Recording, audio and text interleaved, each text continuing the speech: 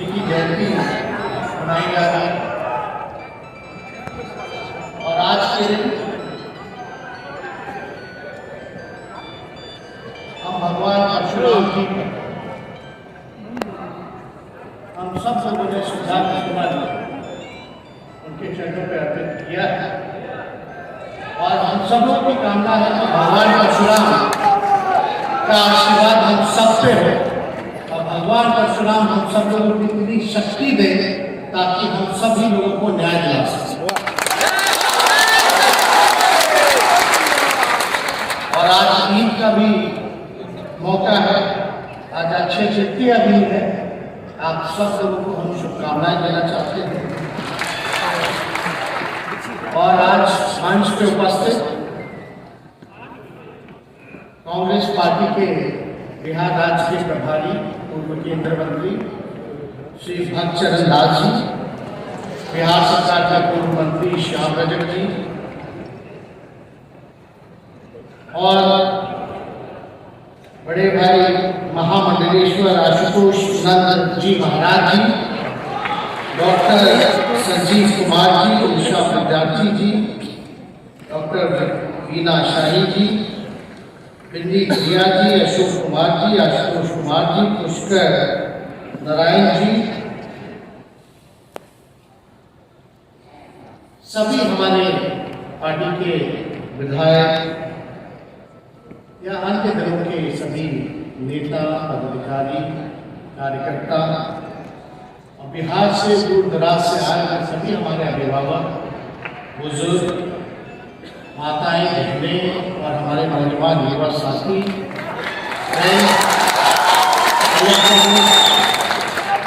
Media के हमारे सभी साथी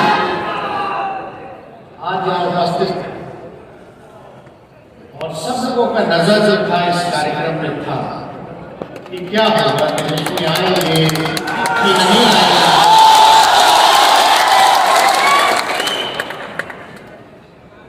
जब इस तरह की चर्चा चलती है तो हम सोचते हैं कि ऐसी चर्चा क्यों होती है।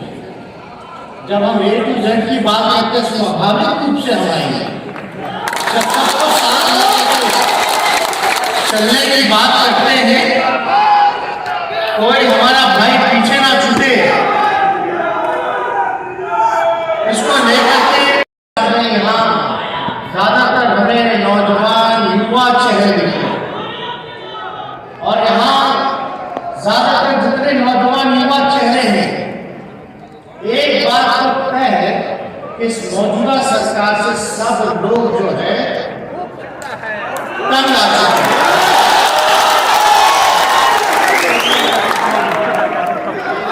और सब लोग जरूर मानते होंगे कि बिहार में सरकार नहीं चल रहा, सर्कस चल रहा है।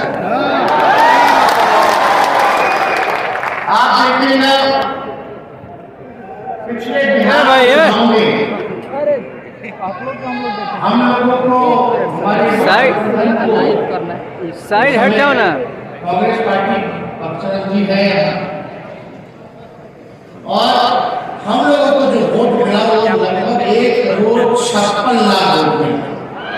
यानी पहले जो राष्ट्रीय जनता दल को जो वोट मिला करता था लगभग 20%, 22%, लेकिन इस बार जो है 44.5% वोट।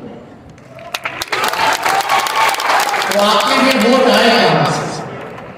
कुछ लोग हम लोगों को इल्जाम लगाते थे सीमित करने का एक साजिश रचा गया, लेकिन जब हमको 1,56,00,000 वोट मिला और एनडीए को 1,56,12,000 वो भी बेईमानी के बाद मिला, बेईमानी के बाद केवल 12,000 था। तो ये उसी वक्त तय हो चुका था कि चाहे किसी भी धर्म के लोग, चाहे किसी भी जात के लोग हों, किसी भी वर्ग के लोग हों, सभी लोगों ने, हर जात के लोगों ने महागठबंधन को वोट दिया। ये बात उसी से स्पष्ट है, वरना इतना कम का अंतर नहीं होता। तो हमारी जिम्मेदारी बनती है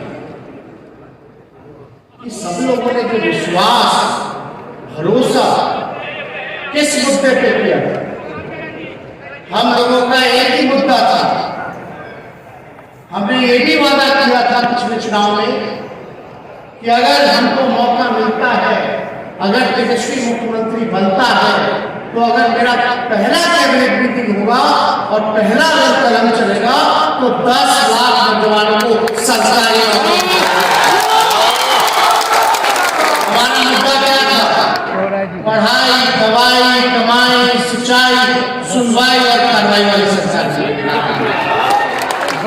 आज बताइए, उस समय भाजपा के लोग या एनडीए के लोग कहते थे 19 लाख।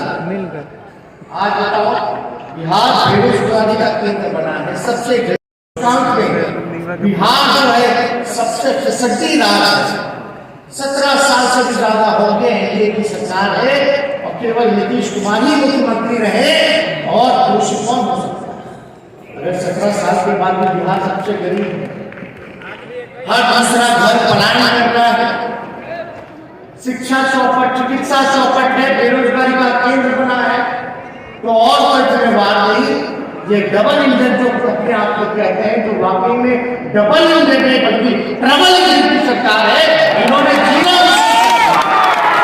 आज आप देखिए, अगर हम लोग सामाजिक न्याय की बात करते हैं, हम लोग समाजवाद की बात करते हैं, तो किसी को छांटने की बात नहीं करते, सबको साथ लेकर के चलने की बात करते हैं। सबको, चाहे लोगों की हम लोग बात करने का काम करें। हम मान लीजिए एक परिवार में 4 भाई है, 2 बहन है, कोई पीछे छूट गया, तो उसको आगे बढ़ाने के लिए पूरा परिवार जो है साथ लगता है।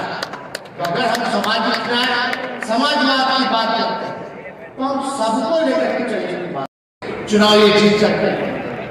हमने स्पष्ट रूप से कहा कि हम नए सोच, नौजवान हैं, नया बिहार बनाना है, और जब नया बिहार बनाना है तो तरक्की की बात होनी चाहिए, सबसे उत्थान की बात होनी चाहिए, सबको लेकर के साथ चलने की बात होनी चाहिए। और हम लोगों ने पिछले एमएलसी के चुनाव में 5 टिकट भूमिहार समाज को हम लोगों ने देने का, 5 में से 3 सीटें गए भूमिहार समाज के लोग जो जीत करते हैं।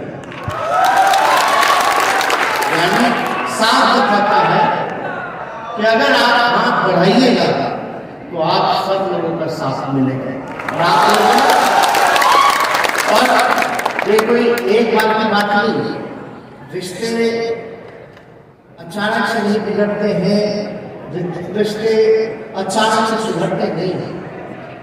इसके लिए आप लोग निश्चित रहिए, कोई यहाँ वोट बैंक की राजनीति या वोट के लिए हम यहाँ नहीं आए, अभी कोई चुनाव भी नहीं, हम यहाँ केवल आप लोगों का विश्वास जीतने के लिए।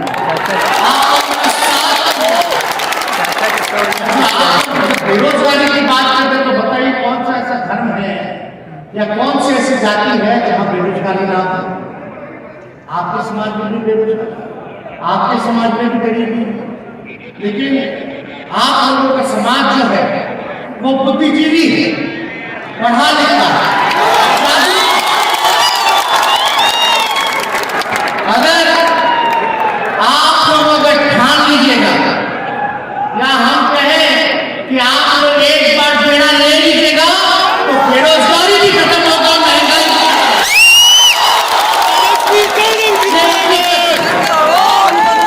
अब नया बिहार बनाना है तो सब वही पढ़ रहा है, पढ़ता है। बहाली नहीं है, कब से अब तक बहाली नहीं हुई, कई साल हो गए बहाली नहीं हो रही, परीक्षा रद्द हो जा रहा है। और बिहार की स्थिति तो ऐसी होगी, आप लोग सब लोग जानते हैं, कोई परीक्षा जो है ढंग से नहीं होता, कदाचार नहीं होता। जिसका मेरिट वाला है उसका नौकरी नहीं होता, जो चंदा चढ़ा देता है उसका पीछे से होता। तो एक स्थिति बनी हुई, खास तौर पे आप देखिएगा तो एक जिले का किसी को रह गया नौकरी, एक जिले तक ही रह गया, और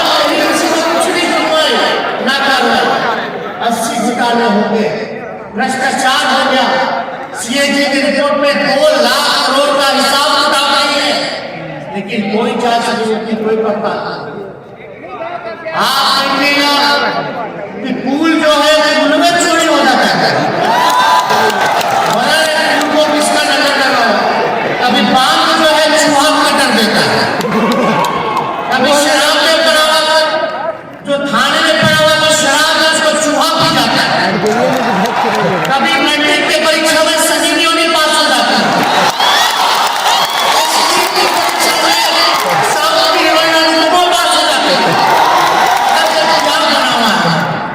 किसान को यूरिया नहीं मिल रहा, मजदूर पलायन कर रहे हैं, सही लागत धान का नहीं मिल रहा, मिट्टी नहीं मिल रहा, लोग परेशान हैं। कहाँ जाए?